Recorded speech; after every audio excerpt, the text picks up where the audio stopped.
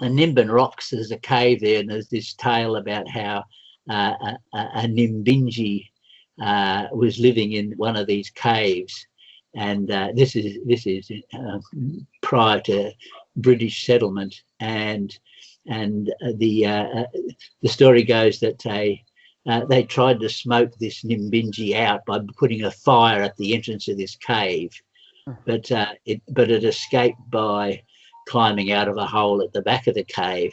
So that's the only actual story about the Nimbinjee, hence the name Nimbin.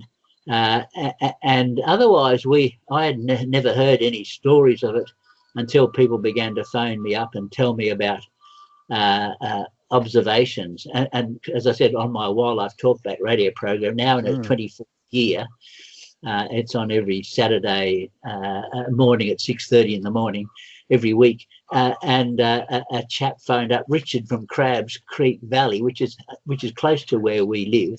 And he described how he was herding his cattle on his small farm, and the dogs. And so he phoned up. He's talking to this on air, live on air, that these cattle dogs rushed over and began barking at something. So he rode over to have a look at what they're barking at, thinking it's going to be a cat. And he was astounded, the animals that he saw there. And he said he was a bit reticent about even describing what he saw, because that was so astounding. And I said, well, what did you see? I was sort of thinking he's going to describe, something like a big cat or a marsupial lion or a thylacine or something, that could have had lots of reports of all of those. And now he described the 3 little hairy people. Wow. And one was 4 foot tall, and he was an Englishman as well. And from his voice, I could tell he's an old English man. And unmistakable.